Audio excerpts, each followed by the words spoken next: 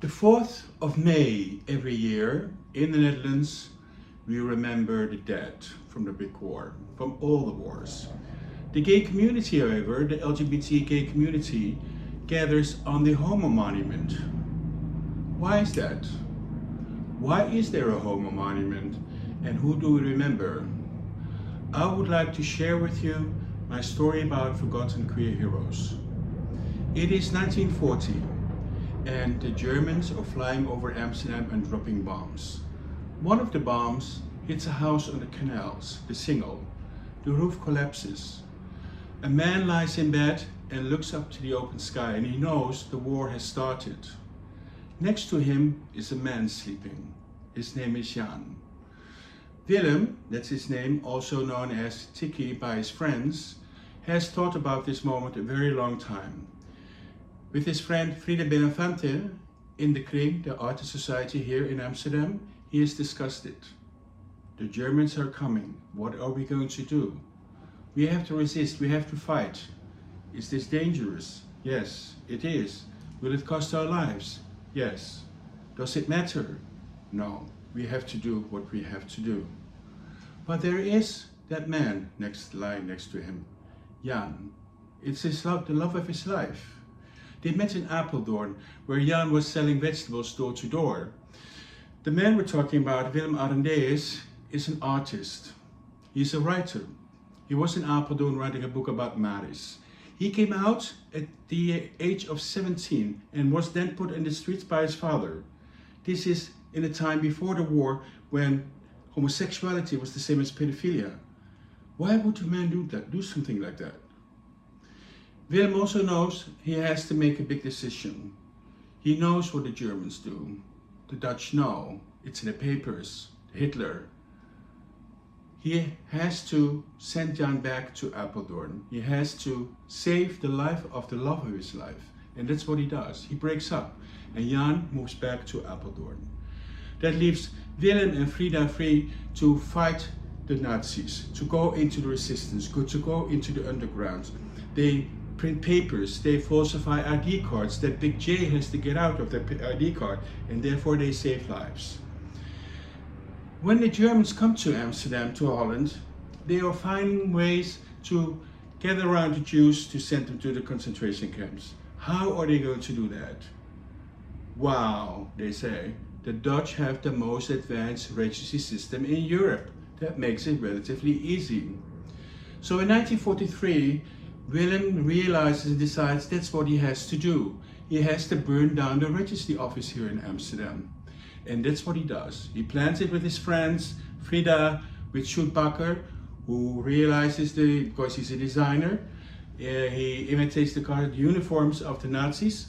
He gets medical students from the University of Utrecht because they have to sedate the Germans who are in the building, because Willem realizes if any German dies, then the Germans will retaliate, and he cannot have that.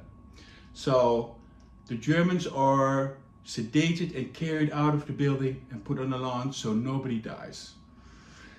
This happens in 1943. And when Amsterdam wakes up the next day, Amsterdam buzzes.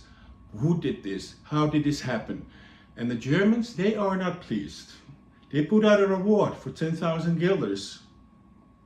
And in this country that is so proud of their resistance against the Nazis, somebody like Anne Frank rats them out.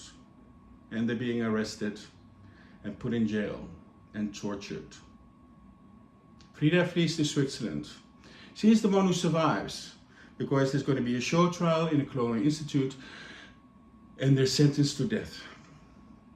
The question is, why doesn't anybody know this story? Because this is a movie, and the Dutch made so many movies about the war. There's a show trial. I say show because we know what penalty, what sentence they get. Death. There's a show trial, and Willem, because by faith, by whatever, his last name is Arendeus. A, the first name of the alphabet. And he has the opportunity to speak. And he denounces the Germans.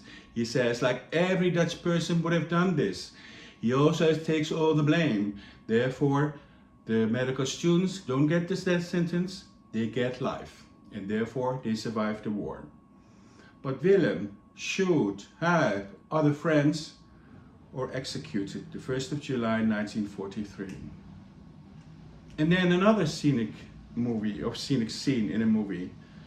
There is a last wish. Sjoerd wants to die in his pink shirt, so his friends get his pink shirt. That's actually how the bodies are recognized after the war, because the bodies are unrecognizable. But there's the pink shirt. That must be the body of Sjoerd. That's how they're being reburied in Overveen after the war. And Willem wants a Dutch foam cake. His friends collect eggs, flour, they bake him a cake, they visit him in jail. His friend Lauma Seral, also his lawyer, and they talk, and they sing, and they pray. And Willem asks them to burn his diaries, which they don't. And then after the war, Rudy van Dantzig puts it into a book. And that's what I read when I was 14, 15, looking for role models into the library, reading books and books and books. And he says, let the Dutch know that homosexuals are no cowards. When I was a 15-year-old boy, I cried. I almost cried. Sometimes I even cry today. Because what does he say? He says, Dutch people, look at me. Look at what me, or open homosexual man, did. I fought against the Nazis. I'm paying with my life. I fought for Queen and country.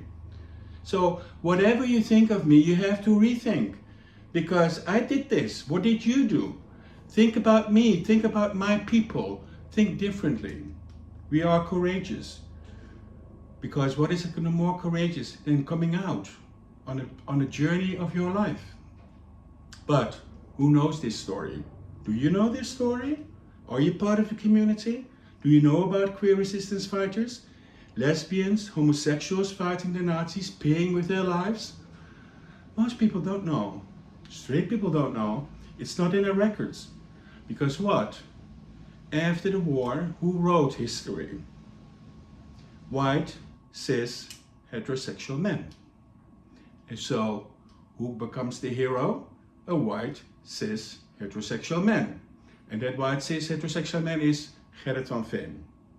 Therefore, you find his name in every city around the country. Willem Arendse, not one.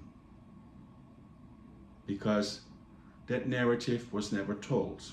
That is why I'm telling you this story now.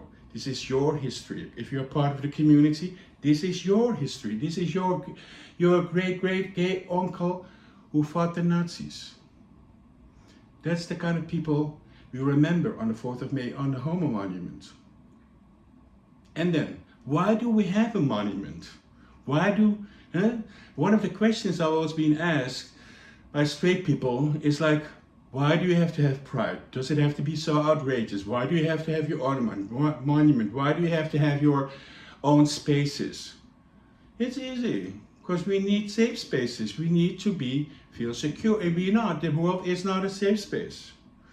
In 1970, there's a research in Germany that says that 100,000 homosexuals have been killed in the concentration camp. 100,000. Based on Article 175 in the Penal Code. That article was also implemented here in this country, in the Netherlands. But we don't know how many gay people were killed. But the community in those days, they are changed. They are not blending in anymore. You can tell by the names. They call themselves the Red Faggots, Amsterdam Young Homosexuals. And what do? Members of Amsterdam Young Homosexuals, they go to the committee 4th of May, who organizes the national ceremony on Dam Square. Dam Square, where the monarch, in those days Queen Juliana, puts a wreath to remember. It's broadcast live on TV. They ask, can we also put for gay victims? And then the committee 4th of May says, no, we're not going to do that. But this is a new generation of gay activists. They plan it anyway. So for your sense, for you to know what's the pinpoint in Dutch history of when we stood up, the 4th of May, 1970, Aldo and Enno from Amsterdam young homosexuals. They come out of Grand Hotel Krasnopolski. They come around the monument and put there a big pink triangle with flowers. And then they're being arrested and thrown in jail.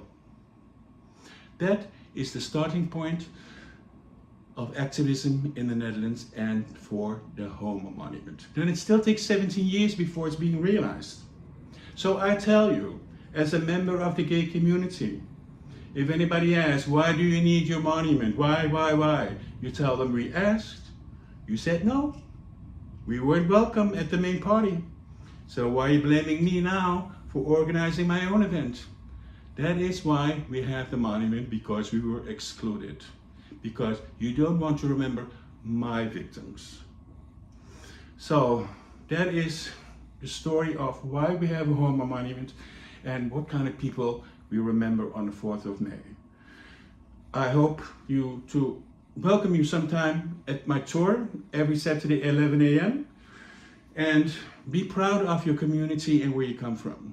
Because Willem Arendees, who said, let the world know that homosexual are no cowards. What does that actually mean for the community? Listen, when I came out, you were either homosexual or you're lesbian. And I'm a cis homosexual man. I know that's very boring these days, but that's what I am. But I know that if Willem would have lived today, he would have said, let the world know that LGBTQIA plus people are no cowards. We are brave. We can fight. And that's why I, like Willem, who stood for the Jews, who stood for other people, who knew he had to fight. He could not do otherwise. How could he not stand up? And he could turn away. One of his best friends is Adriaan Holst, a very famous man, a poet, a writer, very famous, influential, rich family. They were friends, very unlikely.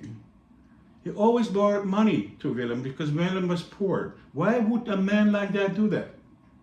Because they recognized each other. They were both gay. But he didn't come out. His poetry is in a national war monument. Willem was forgotten. I don't know what lesson we have to take from this, but I do know that I want Willem as my role model. I don't want to be in some monument because I looked away. I'm looking, I'm taking a standpoint, and I'm fighting. Thank you for listening to me.